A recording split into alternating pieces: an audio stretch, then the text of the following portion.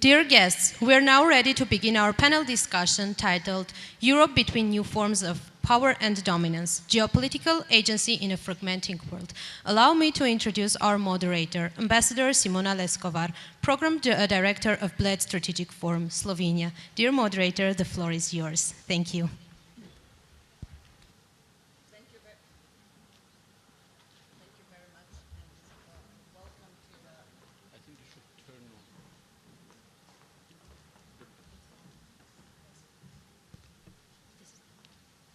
Okay. Good morning to all and welcome to the panel Europe Between New Forms of Power and Dominance, co-hosted with the Bled Strategic Forum from Slovenia. For decades, Europe understood power in relatively stable terms: territory, markets, institutions, and norms. Today, that understanding is under strain. Military force has returned to the geopolitics, while influence is increasingly shaped by technology, data, capital, systems that often lie beyond direct state control. And when we speak about Europe, we refer both to the broader geopolitical space and to the EU as a central political and institutional framework, closely connected but very different and not identical. And that brings us to the core question for today. It's not simply whether Europe, or for that matter the EU, is strong or weak, but whether it is adapting to the evolving logic of power and whether it can still shape the system rather than operate within the frameworks that is defined by others. To explore this, I'm delighted to be joined by this outstanding panel, bringing together the depth of the political, diplomatic, and academic expertise. Let me briefly introduce them. To my right, Minister of Foreign Affairs of Latvia, Madam Baiba Braže. Next is the Armen Grigoryan, the Secretary of the Security Council of Armenia. Next is Ambassador Audra Plepite, Deputy Foreign Minister of Lithuania. And last but not least is Dr. Jernej Pikalo, Professor at the University of Ljubljana and former Deputy Prime Minister of Slovenia. Let us kick off the discussion and the conversation with a short keynote address by the Foreign Minister of Latvia. Ms. Braže, the floor is yours. Shall I go there? You can go to the lectern, please, yeah.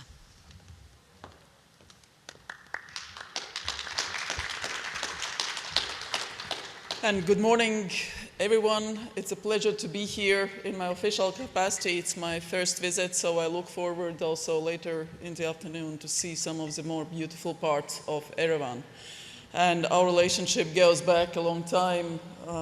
Latvia's most famous poet, Jānis Rainis, actually was so fascinated by the Armenian civilization and culture and history that he wrote a specific part personally for the first encyclopedia in Latvia in the 20s. So since then, it has become a sort of self-understandable visit for all Latvians to visit the beautiful country of Armenia.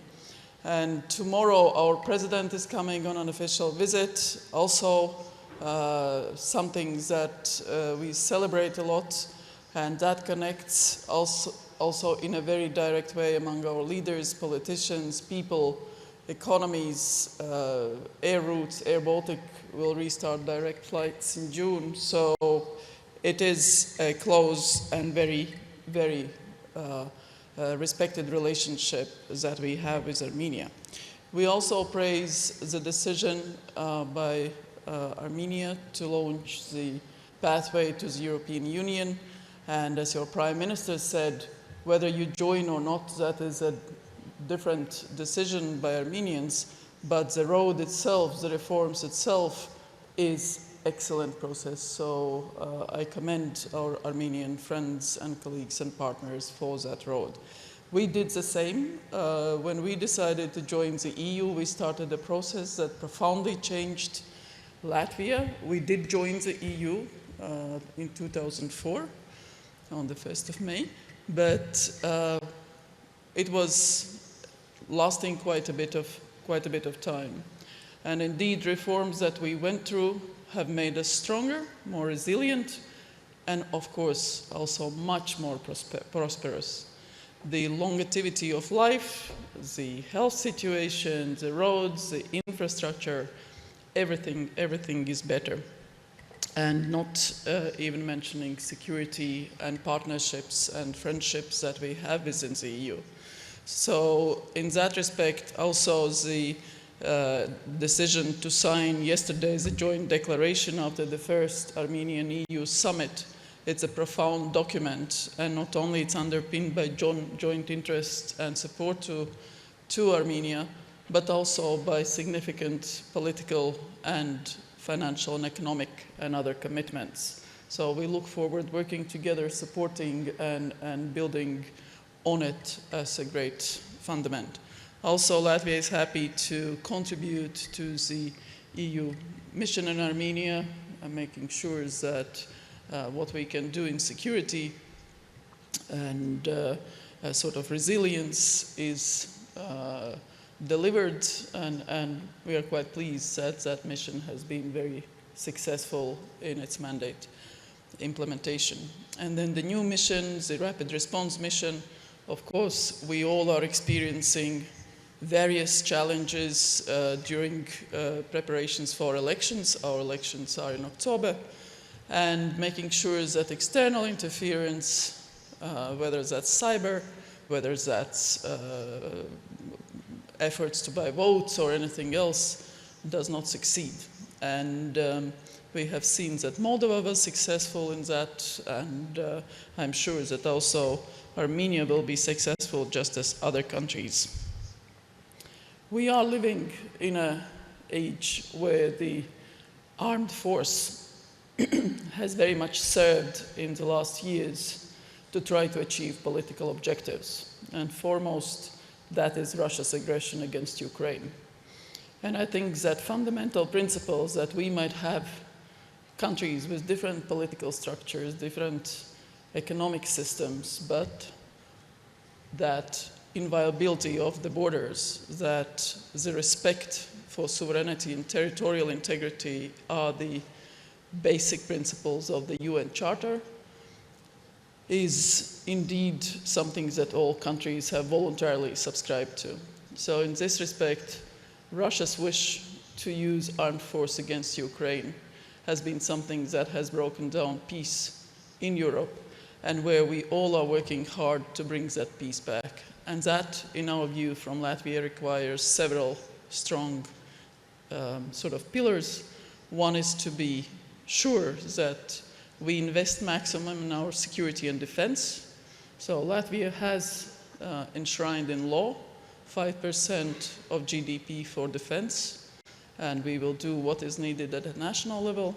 And that is underpinned also by strong societal resilience internally in Latvia, making sure that the whole society approach to security is implemented and working. The second big pillar is making sure that we have friends, allies, partners within the EU, within NATO, transatlantic links, but also partnerships around the world, which make us stronger and which make us relying on the fact that through those partnerships and alliedships, we are not alone. And the third pillar is comprehensive support to other countries, Ukraine, Moldova, and many others who want to conduct their affairs the way they decide, not to be interfered by other countries. And we do provide extensive political, military, economic, humanitarian, and other support to Ukraine. That also concerns our work in the UN Security Council, making sure that Russia's crimes are documented, making sure that the world will not hide the fact of what Russia is committing in Ukraine. But also indeed practical work weakening Russia's ability to wage war, which is a fourth pillar in our security, in our development approach, because while this regime in Moscow is there, European security will be under a threat. And that is a joint decision by our leaders within the EU, NATO, and other countries. And let us remind that nobody was threatening Russia or trying to attack Russia. Nothing like that happened. Neither NATO, nor Ukraine, nobody. It was Russia's own war of choice that started it. So it's our obligation to make sure that we, as democratic countries, do everything possible to end that war, and end that war without Russia thinking that it has won the war. So those are the approaches that we have done. Of course, technology has changed everything, our societies, how our societies, economies are functioning, and we are very happy that this investment that we have done also has made sure that our economy is doing well. Currently, indeed, we are all affected by the conflict in the Middle East and the effects of Hormuz Strait blockade. So we do hope and expect that it will be solved in a peaceful way as soon as possible. And again, we commend Armenia and other countries in the region very engaging and stabilizing approach to the situation. So with this, let me once again say we stand committed to work bilaterally through the EU and other organizations to support Armenia, and it's my pleasure to be with you today here. Thank you.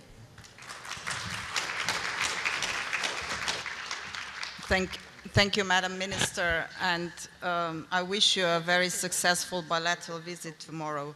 But let us start the debate now. We have approximately 40 minutes. As Minister mentioned, the security, the importance of security in Europe. Let me come first to you, Madam Deputy Foreign Minister of Lithuania. Question about the security anchors in Europe. For a very long time, as I said in the introductory, European security has been fundamentally anchored in NATO, with the US as indispensable partner. But today, as Minister Braja mentioned, growing uncertainties with the Russian war in Ukraine, but also with the very mixed signals that we are getting from Washington. How do you see the future of the European security? Is NATO still the anchor, or is that the European Union and the defense that we try to build? Thank you very much. Yeah, coming back to your question and what you said, US was an anchor of NATO security or European security for decades. But I would say it was anchor especially after the Cold War. When we remember how was the European security during the Cold War, there was many European countries as well were adding to that NATO deterrence and security. If you can see how strong German army was in 1990s and how it's now. So I would say that as well, yes, we lived as Europe, we lived in very good, I would say even paradise, 3 decades since the Cold War until almost now, when we could only focus more on prosperity, economic development, more integration, which really strengthened us. And that I do remember the security strategy was drafted by Solana. I think the first sentence was that Europe is as never prosperous, peaceful, and well-being. Now what we see during the last, I would say from 2014, especially now 2022, we live in a completely different world. Russian aggression against Ukraine and still even increasing aggression by wars, by by disinformation, but even hybrid all the actions, shows that really Europe is facing completely different security situation. And it's not only Europe, I think worldwide. And as mentioned, also US realized that they cannot be that only anchor, and that Europe has realized that also we have to step up and do everything possible. So answering to your question, yes, I think NATO still remains and is as our main anchor of stability and security in Europe on the whole transatlantic alliance. What it is needed that NATO, it's not only US, which is the main. Europe has stepped up. NATO and European security, transatlantic security, has to have at least two strong pillars, two strong legs. One is US, because they have also strategic capabilities, and that is not questionable in this. But it's also Europe has to deliver. And we see completely situation get changed. See, the whole countries realize that we live in a completely new world, and we have to do that. Whether we do that enough or not, or fast enough, that's another question. As the minister mentioned as well, Latvia or the Baltic states, Lithuania is now having 5.4% of our GDP for defense, because we see that as a necessity. If we want to be strong as prosperous, unfortunately, we need to go back to this old-fashioned security when we have to have also strong defense. That would be the best deterrence for any conflicts. And I think, and it's not only enough that member states would do nationally what they do. We see also very good, the Germans very strong, Poland as well, many European countries, they do that. That would be via commitments in NATO, reaching up to 5%, at least 3-5% to this defense or security. But it's also very important that we use all the possible mechanisms. And here steps up the European Union, which also already opening the new area of cooperation. Last commission that was formed, we have a new commissioner for defense, that's Andrius Kubilius, Lithuanian commissioner, so who is also doing his best also to see how European instruments and European cooperation can be used to strengthen those capabilities which probably not member states lack and what the NATO is not having. So that's why we have in the European Union Eastern Flank Watch as initiative, drone initiative as well. So these new capabilities which we saw especially in the war in Ukraine, what is needed as well, and what we see in our region as well, what new threats and challenges we are facing almost daily. So we have to see and we have to do. Now we'll be discussing new financial framework as well. So we see as well would be among those who were before initiatives like for agriculture, CAP, other ones. So now what would be for the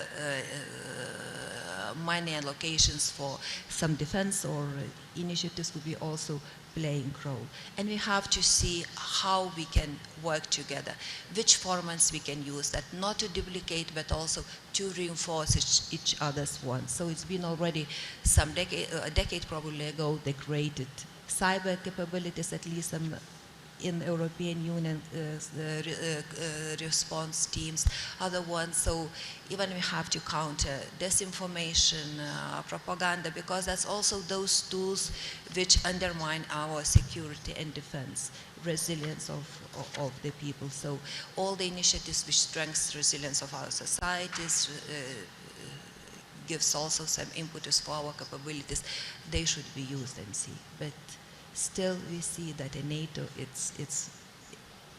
remains, but as I said, and that's what we are going, we see very positive for many countries that really to contribute more on that. Yes, thank you. Mr. Grigorian, if I can come to you and push a little bit further.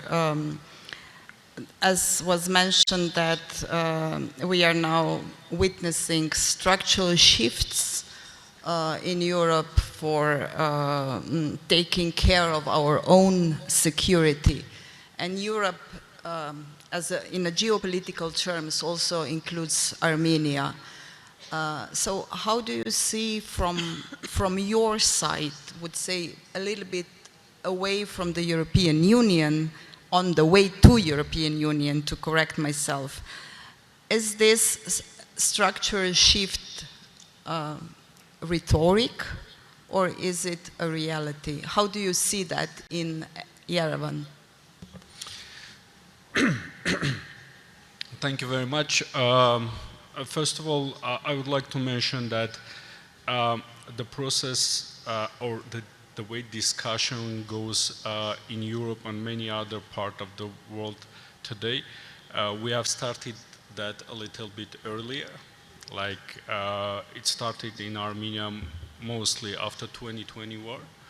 And after that, the way Armenia was very reluctant on security provision or security provided by others, it totally collapsed after 2020, and we have to look on other ways how we can provide our security.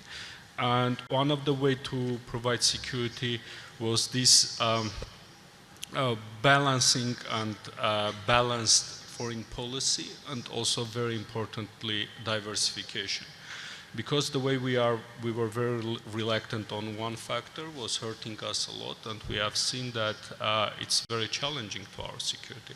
So we started the diversification, and when we started pivot to the world, we have seen that there are a lot of opportunities.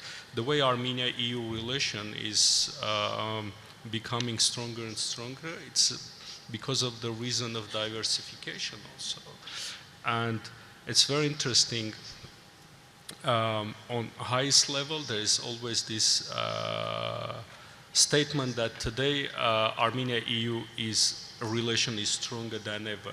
We can make it today. We did it 1 year ago. We did it 2 years ago, and I'm sure we will make it 6 months later or one year later. And continuously, I'm hoping that we will do that. And I think the way the geopolitics is changing, I'm seeing that more and more countries are concentrating on their capabilities to defend themselves. I wouldn't like to say that alliances are not working.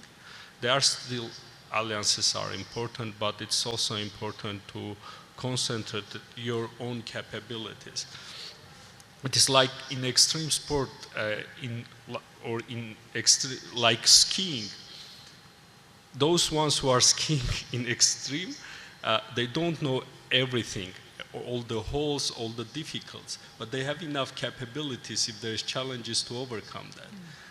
In current geopolitics or international relation or challenges that states are meeting, it's very difficult to predict. I am hearing that there is uncertainty, a lot of uncertainties. I don't think there were certainties back then in May. Today is May 6th of 1990. No one was expecting what will happen in December of 1991.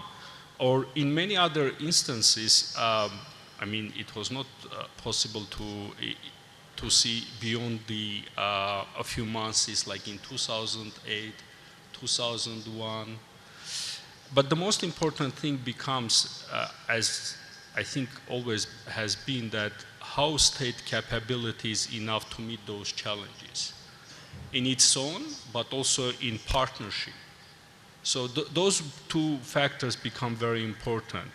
I don't want, again, to say that alliances, we should not put trust on alliances, no, or in partnership, but we should have both of them, own capability and in partnership to resolve all those challenges that states are now meeting.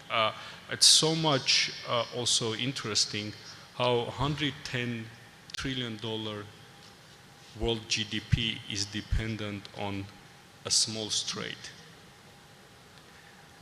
The strait could challenge the whole concept of energy security, and everyone is now reassessing their energy security. Everyone tries to find alternative. Again, diversification is one of the major agenda of everyone. And Armenia, for the last few years, major agenda was diversification, to have as much alternatives. And in market, it's like that. Monopolies are bad.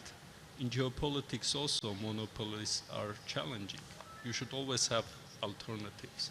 That's the, that's the major message for today's world. I agree with you. It's own capabilities, but also alliances are important. And you mentioned extreme sport, and Slovenians are known that we are good in the extreme, although we are very small, but it's always team behind the extreme is also to succeed. Nobody can do it on his or her own. Can we move on a little bit now to the new forms of power? And I would like to ask Professor Pikalo about that. We were discussing these shifts and the new forms of power, from the AI to the digital infrastructure, the capital. They are beyond state control, mostly. So how that influence the shift, or how do we understand in Europe, in European Union, this shift? Madam Ambassador, thank you so much. And to the organizers, thank you so much for having me this morning on the panel. What we are seeing is a rather complex, I would say, a complex intertwine of three elements that are intertwined in a sense. First of all, militarily, when we speak, we're living in the unipolar world. However you take it, it's still unipolar, with one very strong and the only capable force that can intervene anywhere if it wants in the world. It's the only capable force that is there in the world. Secondly, and this is already a profound tension, economically, we don't have a unipolar world anymore. We're living in the multipolar world, where we have a developing and hugely and quickly developing Asian economies, African economies, BRICS economies, and so on. And of course, Europe's still large economic capacity. So this is multipolar. But then, as you're asking, Madam Ambassador, we are moving into a world that is not polar anymore. It doesn't have any centers. This is the challenge. Because the new world is the world of data flows, is the world of blockchain, is the world of AI that doesn't come from a very clear center. And the tensions between these three layers, at least these three layers, if you can have them, are causing the storms, as the organizers have so nicely put the current situation. I think what the EU needs to look into, if that is the question, is exactly these new forms of power. We know that we have to build militarily. We know that we have to do it economically. But then there are new forms where we are lagging behind. It isn't just about regulating. It's also like a Digital Services Act. It's about developing new ones. This is where we are at this moment. This is where we have to be at the forefront. Because if we'll be dealing, of course we have to deal with military, of course we have to deal with economic, no doubt about it. But then again, we have to find energy, and we have to find the strength to be dealing also with structural issues of new forms of power. Because otherwise, someone else will define it for us, and someone else will make the rules of the game. And if someone else makes the rules of the game, we'll again be lagging behind in the new accumulation strategies. This is what happened to China in 1750s, because they were too slow in adapting industrial form of production. They were simply too slow. And that set them back for roughly 200 years, even 230 years. And this is where we are. And this is what Europe really needs to think strong about it. Because these are new forms of not just capital accumulation, yes, there are new forms of capital accumulation, but also new forms of dominance, new forms of power. That's why blockchain, AI, data flows, etc., etc. This is the new oil, if you want. Okay, oil is back now that the Strait of Hormuz is being blocked twice. But, you know, the structural changes are happening elsewhere. And this is where I see, and I'm rather critical about it. We in Europe, we know how to regulate, but we don't do enough on producing our own. We don't do enough on participating in setting the standards, setting the structures of the new forms of power. Thank you. We will return to this kind of question a little bit later and the dominance. But let me go to the Minister Braje now and ask her, as Professor Picalo was talking about also the instruments of power, the security, technology, the economic leverage, the political cohesion. You are sitting at the Foreign Affairs Council, you are a foreign minister, you travel with the president, with the prime minister, speaking to the leaders. Where does Europe, in your opinion, today have a real capacity to act? And maybe if you can identify the most critical gaps.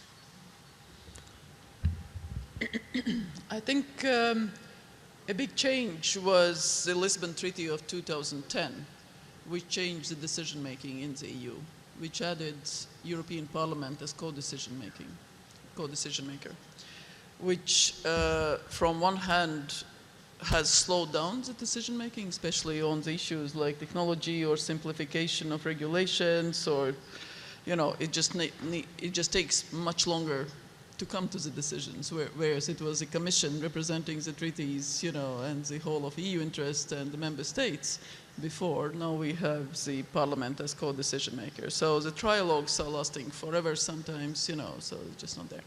But sometimes European Parliament, like on the energy security and the repower, actually plays a very positive role. They pushed the Council to agree to leave the Russian dependency a year earlier, so from 1st January next year. But that is something that by the nature makes Europe different, EU different from other parts of the globe and structures of the globe. And I'm torn between the speed where we need, especially on defense, security, technology, on the AI, on, you know, letting our enterprises thrive and compete in the world, where I have the feeling we are holding them back because of that slower decision making and lack of sort of response to their needs.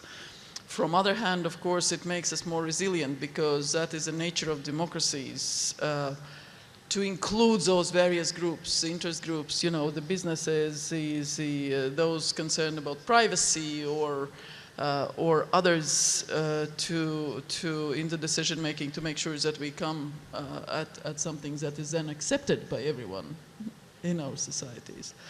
So I think this is where, in the current age, where security and defense decisions have to be made very fast, also we have to find a legislative way how to change that. That on security defense issues we should have a fast track decision making. At least that we have made at a national level, and where also procurement or impact assessment decisions are made much faster to make sure that we are able to respond at the speed of relevance. And that would help for all of us in a wider European continent, not just the EU itself, to also compete in the world. Because indeed, Professor is right, One is the hard powers, the national defense. Nobody has replaced those capabilities. Yes, that's why 5% for defense. From other hand, it's technological superiority, and it's not purely military anymore. Quite opposite, it comes from the other parts of the society, and as quicker we can transfer the scientific, the innovative knowledge, from those who have invented that into practical capabilities, which mostly you'll use anyway with data and everything, space, quantum, and so on and so forth, as more successful we will be as democratic countries. And that is a big and difficult conversation to have, because that would mean not including all the groups on whom the impact will be in the decision making. So at the national level, we have sorted it. We have very good, we have pooled university top minds together in the quantum community, which has joined NATO quantum community, which has a safe space to experiment, to develop. We have the support mechanisms for the companies to develop and fail and start again, and to enable them to compete. That's why, for example, the whole autonomous system ecosystems that we have has been literally very, very successful. But again, we need the EU also on the simplification agenda to be much faster, much faster. Mr. Grigorian, how do you feel that here in Armenia you are aspiring member? I mean, you are aspiring country for the EU membership. How do you see that? What I was asking Foreign Minister, the power, influence, and dominance of the European Union. Very positively, if in short. But I think it was rightly mentioned by the professor that there is no center in global politics, and it makes things harder. If back then in 17th century it wouldn't be a North Star, it would be very difficult to navigate. So, but at the same time, we should get used to that. As I mentioned, for the last few years, Armenia-EU relation has transformed hugely. I would dare to say even a revolution happened between Armenia and the EU, and we continuously say that Armenia-EU relation is stronger than ever. And we will continue working in this direction and make efforts. But in this context, I would like also to mention that how geopolitics is becoming also complicated. Also taking into consideration our region. We have been able to transform the region in the context of being perceived as a conflict region, from that point to the peaceful region where yesterday EU president calls investors to come to Armenia. That's a shift. That's again a revolution that happened in the region, and we hope and we are sure that we will continue in this direction. And first of all, institutionalizing peace with Azerbaijan, but at the same time being an island as a stability, I mean the region being an island, attracts more attention, and all the countries from the region and all the people from the region are benefiting from this, and we will continue. We see in this navigation EU as a very important partner to go to navigate in these difficult times, but at the same time we are building partnership with other partners. That's very important for us, because in this fragile world you need to work to have a 360-degree view. That's very much important. The idea that Europe fully protects its values and rapidly build power sounds neat, right? but it's, in practice, the tension is real. So my question to both of you, Deputy Minister and Professor Picalo, systems that generate dominance, especially AI and digital and capital, tend to reward scale, speed. Minister Brage mentioned that we are lacking speed sometimes in the European Union, while our European values emphasize the right, accountability, and constraint. And those two naturally move not at the same pace. So can Europe turn its values into a source of power? That's a question to both of you. Yeah, Madam Deputy Minister.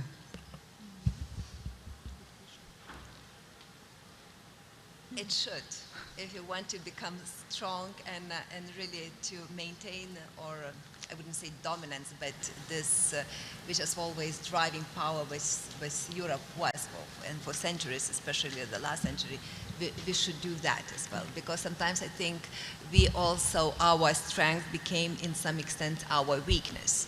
All the well-being and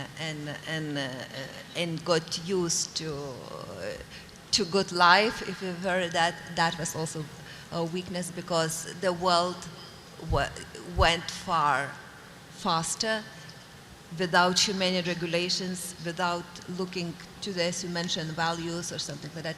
So we had to catch up.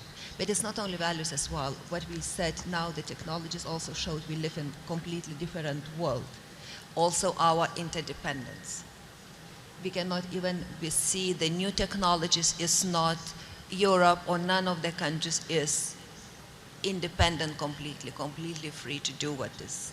Even critical minerals, all these chips, and so it's also showed how much we develop. So if dependent on each other.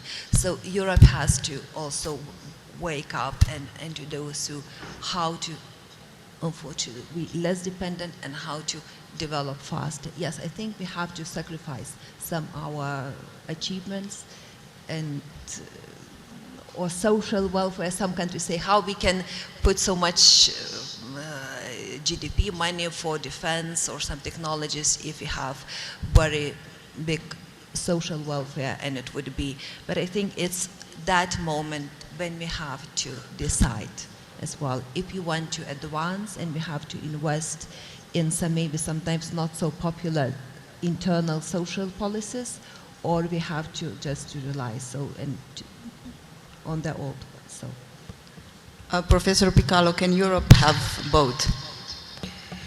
I think we can, but there's one obstacle that we rarely speak about. And I'm a little bit unorthodox, even in my country, for saying this, but our biggest developmental challenge is actually demographics. You see, when I was born in 1975, there were 33,000 births in my country. Last year, there were 16,500. So only half of the births that we used to have. So this is, to our way of life, to the European way of life, to the European challenges, this is, to me, the biggest developmental issue that we have, demographics. Because our systems, from social systems you were mentioning, education systems, all the systems are basically based on this. So we will need to work on the demographics, but not just on the demographics directly, but broadly speaking, because together that makes one of the biggest challenges that we have. But if we're talking about raison d'être of the European Union, I think it has showed very nicely to conclude on a very positive note that Europe can build, to my understanding, something that we again rarely speak about, and that is European public values, public goods.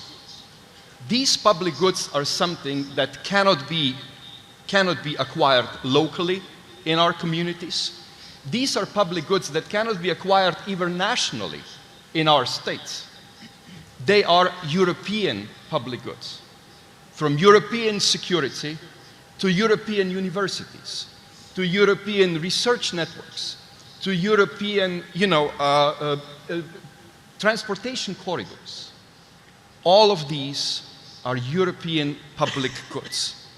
And where I think it's worth working is developing these European public goods even further. This is where I see aim, security, again, research, transportation, all of those things. And this is where we have proven to be good, and this is where we can still add, and to my understanding, obviously the hindrance is our demography, but we can develop on further development of European public goods, and with this, our quality of life, the way we live, the European style of living, etc., can thrive even further. Yeah, I just wanted to add also a sort of perspective on the overall sort of relationship and the speed, how EU has been positively able to react and respond and also have an impact, and that is on the external trade dimension. That after the change from the US administration and the first tariffs announcement, it was a very fast reaction, reaching out to Mercosur again, reaching out to Indonesia, reaching out to Australia, and actually EU has been able to conclude quite a number of significant trade deals, which again then provides the opportunities for our economies, businesses, especially on Mercosur, like, some of our companies trading there, they currently have 30% tariff. So from the provisional application from 1st of May, that is gone. Yeah. So, and that is impact. That is that positive impact. And that's where the speed, because it's Commission's competence, where the speed actually mattered. And of course, then when the Council had to decide, we did have that qualified majority at the Council, and the European Parliament, with only 10 votes, decided to postpone it, but we still managed. So there are positive ways on which to reflect. But on technology, data, and the future capabilities, I think we need to step up in a very unorthodox way, because it's not your usual regulation and legislation. This is something that is much, much beyond and much different. We have 5 minutes to conclude, because we started a little bit late, and I will ask a very simple question to all of you for the end. As we are celebrating Europe Day, the birthday in 3 days, what would be one wish you have for the European Union? What's one thing EU should do in the next year or two to retain its position as a global actor? And maybe from the Armenian point of view, starting with that, what would you advise the EU does? It would be very difficult for Armenia to advise Europe what to do, but I would like to go through 3 points that I think very important in the current geopolitical context. First of all of that, I think there is no center. There are centers is very much important, and in that context, there is no North Stars to navigate. There are stars, and we have to adapt to this in international relations. Second, I see there is a lot of estimation of AI. I think the way in the beginning of 20th century electricity changed the current life,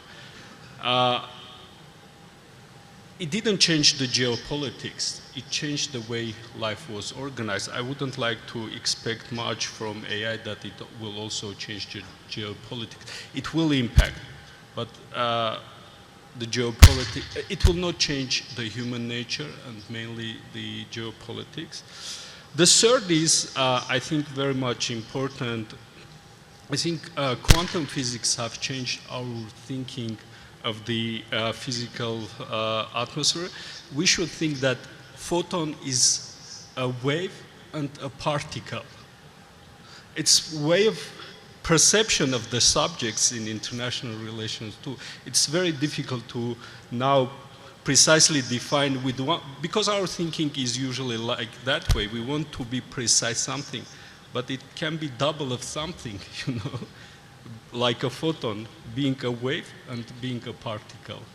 And this is a way of thinking that can be helpful in current geopolitics. Professor Picalo, what's your birthday wish for the European Union?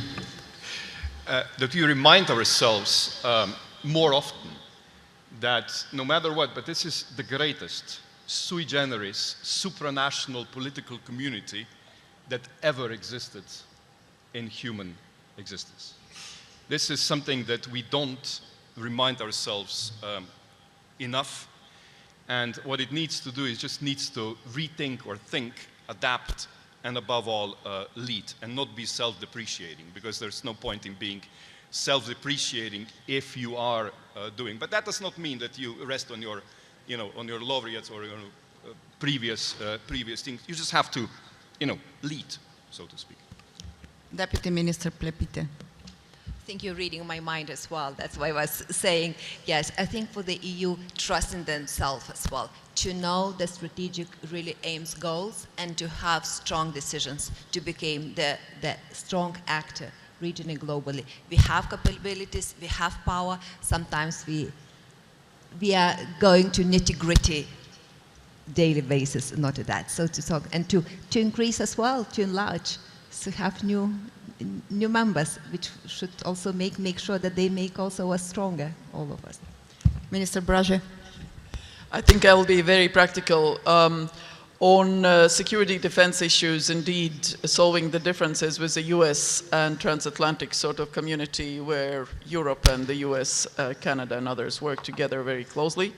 And that also relates to wider European community, whether it's the South Caucasus and whether it's regions around Turkey, and just to really overcome also those decision makings within the organizations that sometimes slow down political cohesion. And making sure that for the EU itself, we are really ready and armed to make decisions faster in the situations when it's necessary. Like, as I said, like it was with some trade deals, but also with the 19 billion and so on and so forth for Ukraine. And I think then we are okay. Thank you. With that, I will also make a very practical conclusion of this panel. Since it's in cooperation with the Bled Strategic Forum, I would kindly invite all of you to join us also at the Bled Strategic Forum. We will discuss about the future. The title is Choosing the Future. It's at the end of summer, 31st August, 1st of September in Slovenia. For those who haven't been, Slovenia is the only country with love in its name, so welcome. You will find a lot of love there. And with that, please join me in the round of applause to my wonderful panelists.